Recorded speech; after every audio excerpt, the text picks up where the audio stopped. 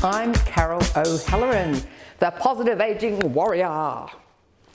Welcome to Over 50 So What, where age is just a number, not an excuse. On the show today, we're going to speak with Julie Fisher about the magic of inclusion and other books she's written to support parents and grandparents who are looking after children with Down syndrome. If you're interested in art, or more particularly, gigantic works of street art, then later in the show, we visit the wall-to-wall street art festival where international artists have converted the Maudie Village into a permanent outdoor art gallery. A fantastic day for all ages.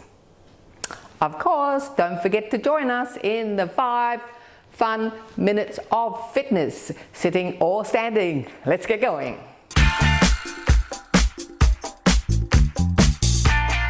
Julie Fisher has a saying, give people a chance and watch them shine. She's the author of 3 books, including The Magic of Inclusion. Julie, welcome back to the show. Thank you, Carol. Now, you've sort of reinvented yourself and you've now got this amazing purpose in life and this mission, and you've written all these books. You probably never ever thought you were going to write books. That's right. Can you tell us about these amazing books that you've done? Yeah, so I always had a dream of writing a book from when I was in high school. I don't know why. I just always thought how cool it would be to have your name on a cover. And then in 2019, that's a story in itself, but I published my first book, The Unexpected Journey, Embracing the Beauty of Disability. And when I wrote that book, it was just a bucket list item, to be honest. I just wanted to fulfill that dream, and I thought I would be stuck with hundreds of books in my garage for the rest of my life. But I transformed after I wrote the book, and I started getting interest from other people that wanted to know more about our story, like Carers Victoria, Down Syndrome Victoria supported us, and we've collaborated with another beautiful group called Celebrate T21. T21, can you explain to the viewers what T21 is? Trisomy 21. That's the technical term for Down syndrome because it's a third copy in the 21st chromosome. So the unexpected journey is that your third son was born and he was unexpected. Yes, he was unexpected initially. Like, even though it sort of came up while I was pregnant, and I was expecting the doctors to tell me that, it was unexpected though. Like, we didn't think right from the start of the pregnancy that our son was going to have Down syndrome. So that's why it's called The Unexpected Journey. And I think since he's come into the family, we've really seen the beauty of disability. Like, Darcy has some of the most amazing characteristics I've ever seen in a person in my life, and I quite often say that a lot of us would learn a lot from people like him. He's very accepting, he's very inclusive, he's very real. Like, all of the emotions are just very real. There's no masking at all. So that book would be helpful for someone who's just been diagnosed, or? Yes, definitely. Like prenatally? Yes, or even postnatally. I think I've received lots of great comments that it's been good for them to read, and they feel supported and they don't feel so scared after they've read my book either, because it is scary. You don't know where you're heading. You don't know what that's going to look like. Yeah, because it's a whole new journey. It is, and I think because there's a lot of negativity out there about disability, and because people don't know, then it's scary. So tell us about your other books. Okay, so The Magic of Inclusion, give people a chance and watch them shine, which is my quote. I'm really proud of that quote because I think it fits in everything that someone like Darcy does. So even if it's just going out into the community shopping, catching a bus, if he's not judged, if people just accept him for who he is, he'll feel confident and he'll shine because he'll feel that he can go out there without worrying about what other people think. And you didn't stop there. I did not. Going. I did.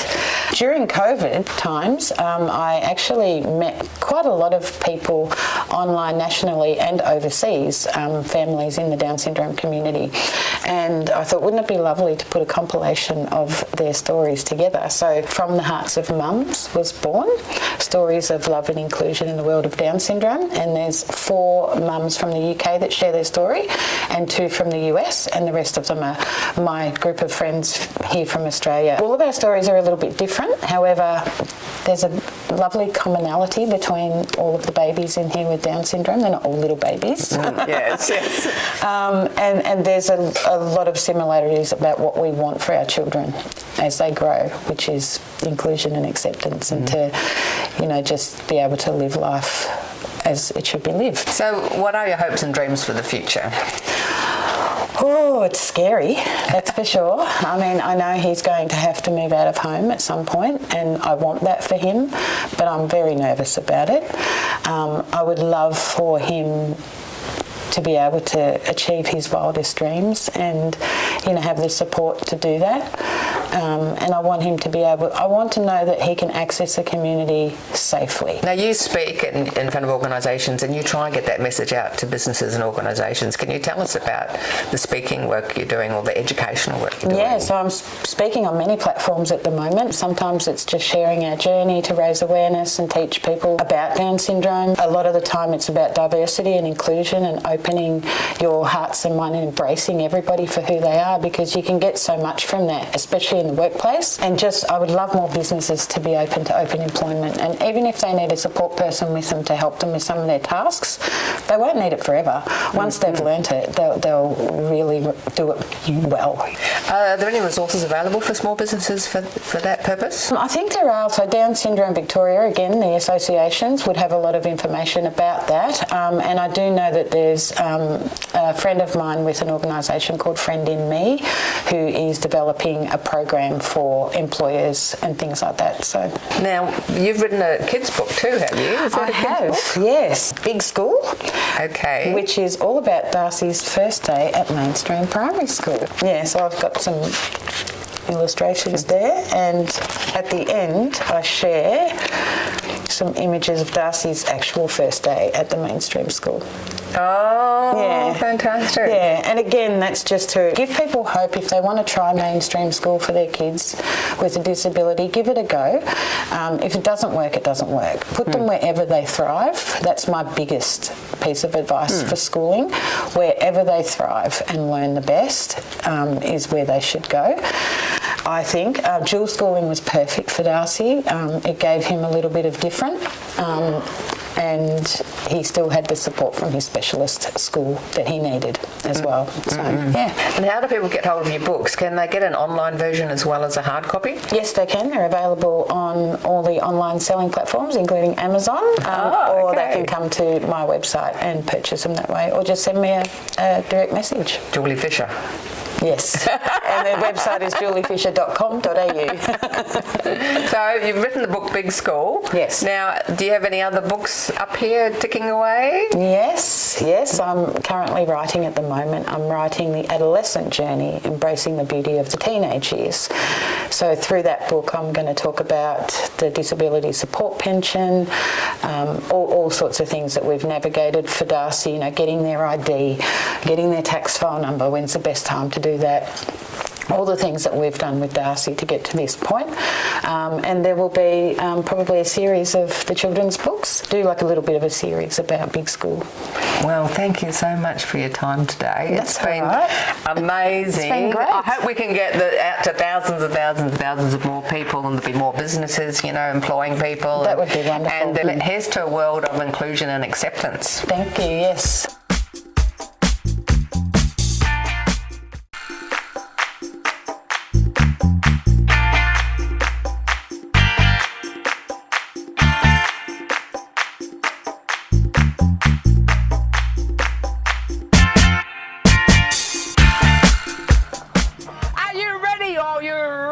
Old rockers never die. Pick up your guitar.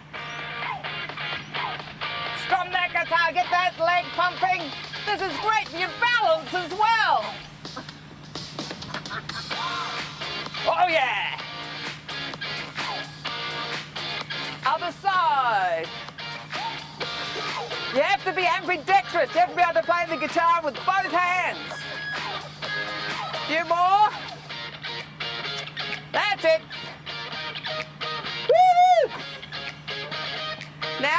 go. Step, step, clap, clap. We go down.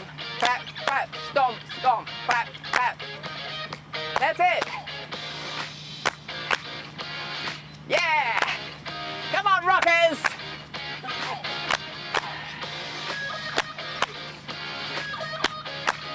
Get that energy going. Now we're going to go like this. Just lift the foot at the back. And now just pretend that you've got a drum kit in front of you. So you've got the drums down here, cymbals up here. Are you ready to hit the drums? Here we go. Woo!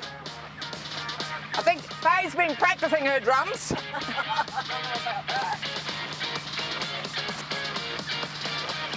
Are you ready to hit the cymbals? And we go. Cymbals. Oh yeah. Woohoo! Now bring it forward. Yeah. That's it. Okay, ready? Drums.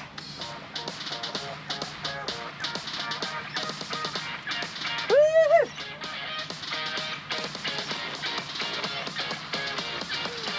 That's it.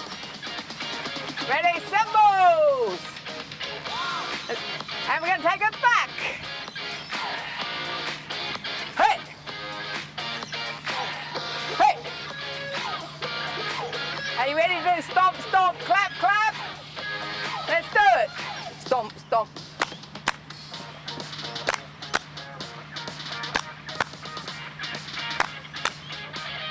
Yeah. Stomp, stomp. The lights are down low, no one can see you. Let it rip. And now we're going to hold it down. Are you ready? Hold it down. That's it.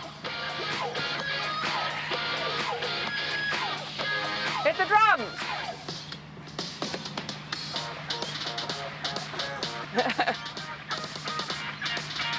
Now bring it forward. If you're getting a bit tired, just stand up. Don't hold it down in the bend. And we go. Stomp, stomp, clap, clap. Yeah. That's it. Woohoo! Okay, hold it down. With the drums. Take it back.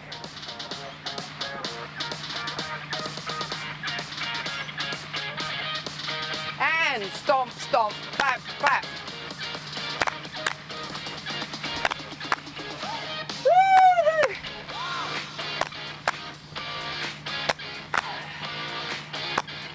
Heel to the back. That's it. Hit the cymbals. And the drums. Coming forward. Take it back. Come on, hit those drums. And stomp, stomp.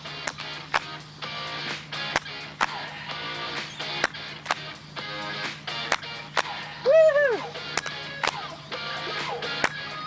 Are you ready? Pick up the guitar.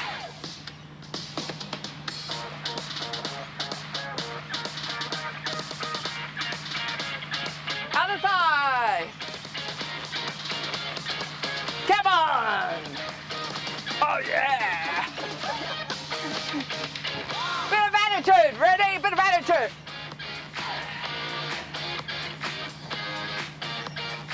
Well done, rockers. Rock on.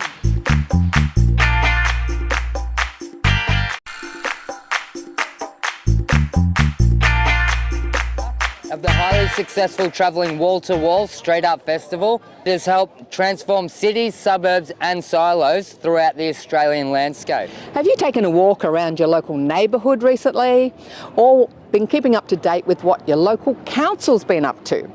Well, today we're at the Mordialloc Industrial Precinct Mordi Village Wall-to-Wall Festival. And we're speaking with Sean Hossack, creator of the Wall-to-Wall Festival, and also founder for Australia's internationally acclaimed Silo Art Trail. Now, Sean, you're the founder of this fabulous wall-to-wall festival, and I believe you had a smashing day yesterday. Oh, yesterday was incredible. By far the best festival we've ever ran. It was super busy. I reckon we had thousands upon thousands of people here. I couldn't be more happy with the result, and the collaboration between Kingston Council, St Felix Distillery here and Juddy Roller has just been incredible. So going right back to your roots, how did you get involved in street art to begin with? Well, I grew up in a small town called Benalla, and I wasn't into sport and there wasn't much art, so I wanted to create art myself, and I wanted to bring art to the people like me, teenagers that weren't necessarily into the status quo and wanted something different. And so I guess I was inspired from a very young age, and if I look back, I've actually got a plan that I created when I was 15 years old. Wow. For a festival just like this, and then 15 years later it all came true. And then that evolved into the Silo Art Trail. How did that come about? Well, being a country guy, I knew that the people out there are starved of art. They don't have big art galleries or anything they can easily attend. So I wanted to do something different. I also wanted to change the context of urban and street art, because you can go anywhere and you can see a photo of a wall. It could be any city in anywhere in the world, but a silo in our landscape is uniquely Australian. This has had a big impact on a lot of communities, isn't it? Can you tell us a bit about how it's brought communities together? Yeah, look, for me, my main goal is to make sure people enjoy themselves. And I'm not just talking the people that you would expect to be into street art. I want families, I want grandparents, I want children. I want everybody to be involved. Community is really important for me. Growing up in a small town and also moving to Fitzroy, Melbourne, 15 years ago when it was very communal, that stuff's really important. It strengthens ties and creates social cohesion in communities. And that's super important to me. Hey Fab, are you having a good day today? Yeah, absolutely. So what brought you down, what attracted you to the Wall-to-Wall Festival? Well, I think it's just all about art, and I think public art needs to be more seen. There needs to be more celebration. So have you seen a few of the installations now? Yeah. And they're fantastic, but we need to actually embrace and celebrate it more, rather than people going, oh yeah, and then everything gets graffitied over. But the artists are real artists, their canvas is outside. So what would you say about people sitting at home about why they should get out on a Saturday or Sunday and come down and check out the festival? Well, I could say get your bloody asses here, but I think also it's about, people need to get out and engage. People need to get out and explore. And you just never know what amazing art pieces are in your local community. That's correct. Very much so. So this is the second year for the Wall-to-Wall Festival in Morty Village. Can you tell us how or who's brought this whole project together? I'm the festival director, so from a creative standpoint, I have a fairly large part of that. But in terms of the production, the venue partners, there's been, obviously hundreds of people come together to make something like this happen. But Urban Ground and St Felix, our partners here, Kingston Council have been phenomenal. I've worked with hundreds of councils in my career, and these guys just allow us the freedom to do our best work. Can you tell us about the artists that have been involved in this precinct? Yeah, look, we've got artists from around the world. We've had a couple of French artists. We've got an artist based in Glasgow that came over for this, and we've got an artist from LA this year. So the artists are very diverse. They come from very diverse backgrounds, male, female, different cultural backgrounds, and they come here and they just create what they think will make the world happy. Yes, because there's a really significant story behind each art piece. Yeah, look, some of them you don't actually know the story to. Some of them people are happy to share it with, but some are deeply personal, and so they allow the viewer to interpret that. And then you've got some abstract works that, that's really up to you. It's just colour and its shape and how it makes you feel is what's important. So what is the process with finding a wall or a space on a building, and then where do you go from here? Look, it really depends. These days, we don't have to knock on doors, but that's what we used to do. Nowadays, people come to us and they say, hey, we've got this project, we've got this wall, can you help us? And we're in the fortunate position to be able to curate and produce these murals and festivals en masse. Over the years, it's evolved and it's become easier and easier for us to create beautiful extravaganzas like this. So you've got the concept, the idea. We've got a wall, we want a piece, and then what happens and who's involved? Well, you need permissions from councils, you need local businesses, you need to pull in different artists. How does it all happen, and how long does it actually take from go to woe, go to finish? We did a wall in Collingwood, the Collingwood Housing Estate. It's 20 stories high and it's a social housing building, so that took us 3 years. There was there's a lot of different residents in there, 4,000 residents on that property. It was, it's owned by the government, so there's so much red tape. It took us 3 years years to get it together, and it took Adne three weeks to paint. So I don't know who's got the hard job here, but you know, projects like this is a bit different. You've got Kingston Council that soften them up, so to speak, the traders, and they go in and they talk and they say, hey, what do you think of this? Are you interested? This is what they do. And then we come in and we give them some examples of the artist's work, and if they like it, and 99% of the time they do, they allow us to come in and create these amazing masterpieces.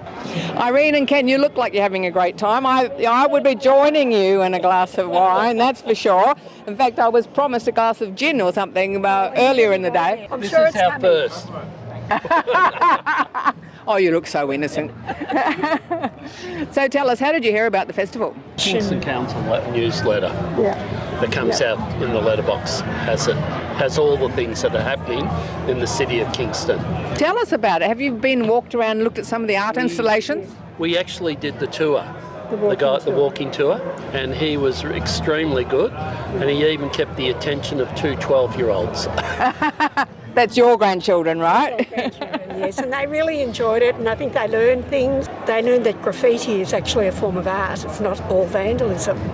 So I think that's important to know, because graffiti goes back for hundreds of years as a form of art. Probably thousands. So, yeah, probably, yes, absolutely. Yeah. So it was really good. And the diversity of the work with all the artists and the way they do it, the precision and the thought that goes into it, I found particularly interesting. Did you just come with the grandchildren? Yes, we did. We've got them for overnighter and that, and we decided because You do this today. Irene does watercolour painting and has the kids constantly painting at home. So Anything it was to do with art. so it's I'm good there. to actually get them to come and see a variety of stuff around. They do a lot of work at home, painting and things like that. We just did the tour and had a look at and listened to the way that the artists work and sketch it and paint it and all that. So it was really informative. So no, it was well worthwhile. It's definitely worth it, and worth it for the kids. I think they actually listened and learned quite a bit of things about street art. So what would you say to any grandparents watching today about why they should grab the grandkids and bring them out to a wall-to-wall? Well, I would say bring the kids, because it's a different form of art.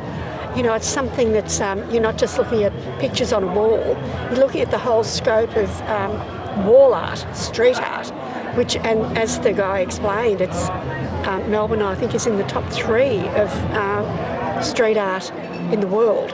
So, and I think for kids to learn that, and then they may want to explore more themselves and do some research. And I think kids of any age will enjoy some aspect of it. It's really interesting, and look, I'll give the Kingston Council credit. They do a marvellous job on a range of things, whether it be from the library with the kids when they were growing up, storytelling, right through to this sort of thing, and even their festival in March.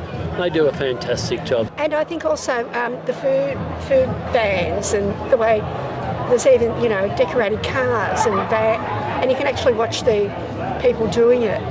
So that's all part of it as well. It's very sort of a holistic impression of Mordialloc, really. So it's been a very lovely day, a very pleasant day, and I would recommend anyone to take the chances to participate.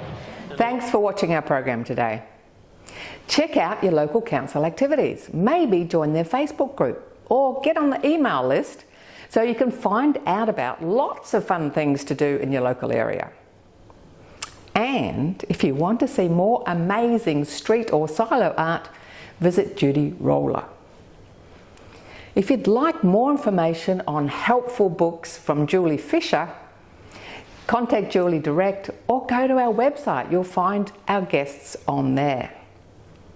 Now it's time to get up and get moving. If you want more 5-minute workouts so you can do one every day, go to our channel on YouTube. Please connect with us on Facebook, Insta and YouTube. We'd love to hear your ideas about living a positive, fun life. I'm Carol O'Halloran. Over 50, so what?